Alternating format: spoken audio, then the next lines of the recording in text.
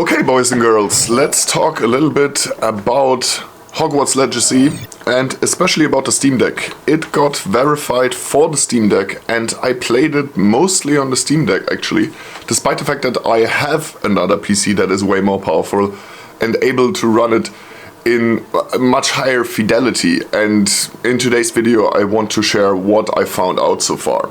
So first of all, does the game run? Of course it does. It wouldn't have the green verified checkmark otherwise, that's for sure. But how does it run? First of all, everything is on low.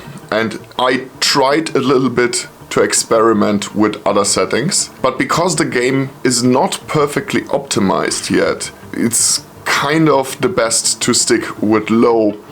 And then you will have native resolution output, but obviously a scaled image. And the cool thing is you have plenty of options ranging from DLSS to FSR 1.0, FSR 2,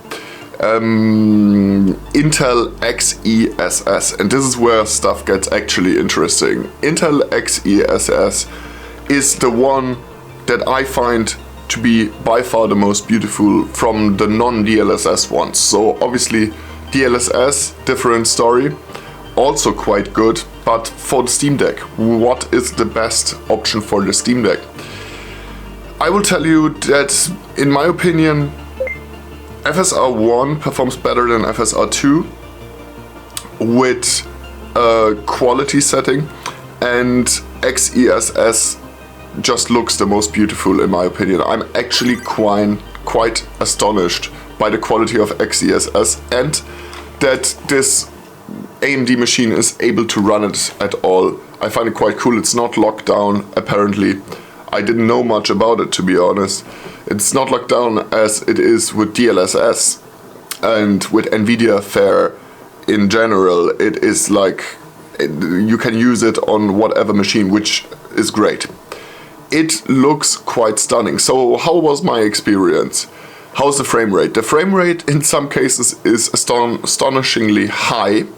I had many areas that would run with 60, but then you have the Hogwarts school grounds. And the Hogwarts school grounds, how it works at the moment, in my opinion, it's pretty broken, because I saw people with 3090, 4090s even having issues, of course, at way higher frame rates and at way higher resolutions as on the Steam Deck, no questions. But still,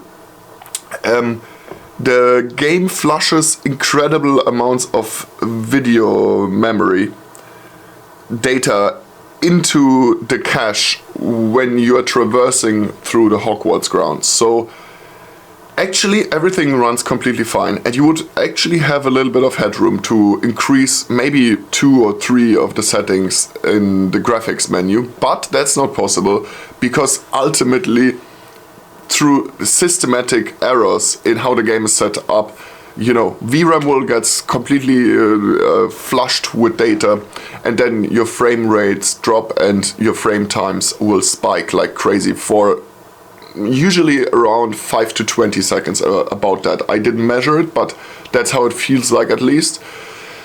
It's annoying, to be honest with you, because that makes it that you will reduce everything even if you have a little bit of headroom. So what about the settings that I'm currently running on? As I said, I tried various different methods. I tried FSR 1, FSR 2 and the XeSS, and I ended up being completely blown away by XeSS. Like, even on balanced, it looks really good. And even, you know, fine alpha textures, hair and other materials that do not really react favorable to low fidelity, low resolution upscaling, they react amazingly well with XeSS. It's almost like magic sauce. I really have to look into it a little bit more deep. I didn't really know that it's such a powerful tool until now, so maybe it's something that you should try as well. Apparently a lot of people recommend FSR. If you like it better, sure enough, go for it. I definitely do not like the artifacting, although every upscaler is ultimately artifacting. XeSS looks the most beautiful to me. Frame rates, well, 40 would be possible, and 40 are possible in many areas of the game, but then in others it's not. There's so much inconsistency going on that ultimately you will end up with a 30 frames clock. And please guys, don't be 60 Hz crybabies. I love 60 Hz, 120 Hz, 240 Hz, whatever, more than 30 in most games, no question. But a stable 30 frames per second for a story-driven single-player game is totally fine. For me, of course, your mileage may vary, but most of the people played horrible frame rates for most of their lives and only started to complain once they were told to complain. Of course, 20 to 30 or unlocked frame rates with unstable frame time, that is annoying, but a stable 30 is good. And a stable 30 is what you should aim for on the Steam Deck, without a question, if you want to play Hogwarts Legacy. At least for the moment, until they update and fix how the caching works of video data. And that's the thing. Just go for that. So let's go over the settings one more time. We have uncapped frame rate, we have VSync on actually, and then we have a native resolution output using XeSS, and we are going low on all the settings just to minimize those stutters and frame time issues when they occur. For the moment, I will update you if everything else happens, but this is what you should go for. Feel free to try around different options. I found that, you know, there are issues no matter what. You can set the game on high and it will run 30 in many cases, but then with some severe frame time issues and frame rate issues along the castle grounds. And then when you play on low, the same thing happens, just a little bit less severe basically. Right now, is it completely without hiccups? No, it's not, unfortunately, but I did enjoy my time. Otherwise, I wouldn't have used the Steam Deck after all to play the game, because I could have played it on another game. But I find that those comfort games really fit well on the Steam Deck, in my opinion at least. Like stuff like Skyrim, or I recently started to play Oblivion again. The Steam Deck is just extraordinarily well suited for those type of games, in my opinion, because you can lie in a bed and, you know, it's just that feeling of a handheld that only a handheld can give you, and then like a AAA game like that is comfort driven. I think it just fits very well.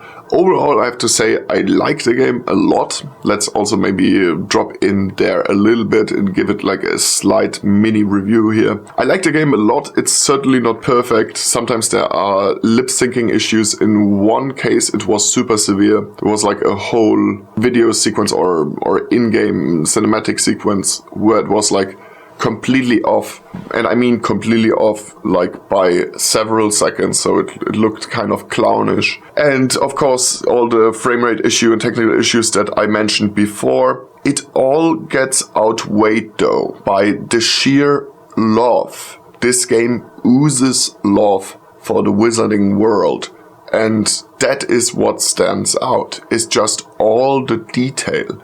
The artists, they have put so much effort into this game, and this is what is so great about Hogwarts.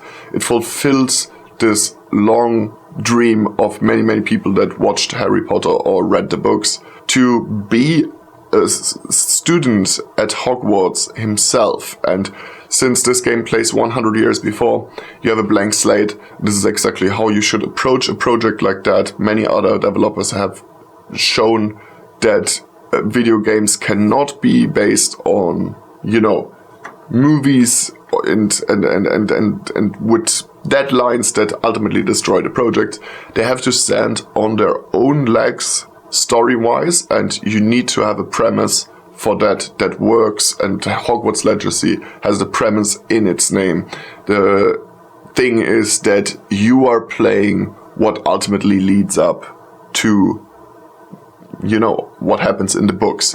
So, do I recommend it? Yes, I do recommend it. I extra recommend it for anyone who watched the movies or who read the books. For those people, it's a 10 out of 10. For everybody else, it's like an 8, 8.5, 9, something along the line.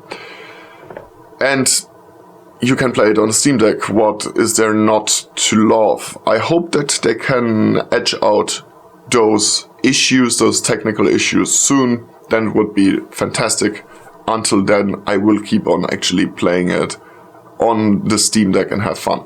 If you like this video, then why not support a small YouTuber and leave a like, leave a comment in the comment section below. How was your time? Maybe you're a Steam Deck owner yourself, probably you are if you're watching this video. And let me know what was your experience with the Steam Deck and Hogwarts Legacy. Did you like it? Did you run into the same issues, or did you maybe find any ways to alleviate those issues? Put it down in the comment section below. Also subscribe to the channel if you want more content like that around gaming, and also especially around portable gaming, also with the Steam Deck. Then definitely hit that subscribe button, doesn't hurt. And I see you guys in the next video. Peace out, this is Sam, and I see you next time.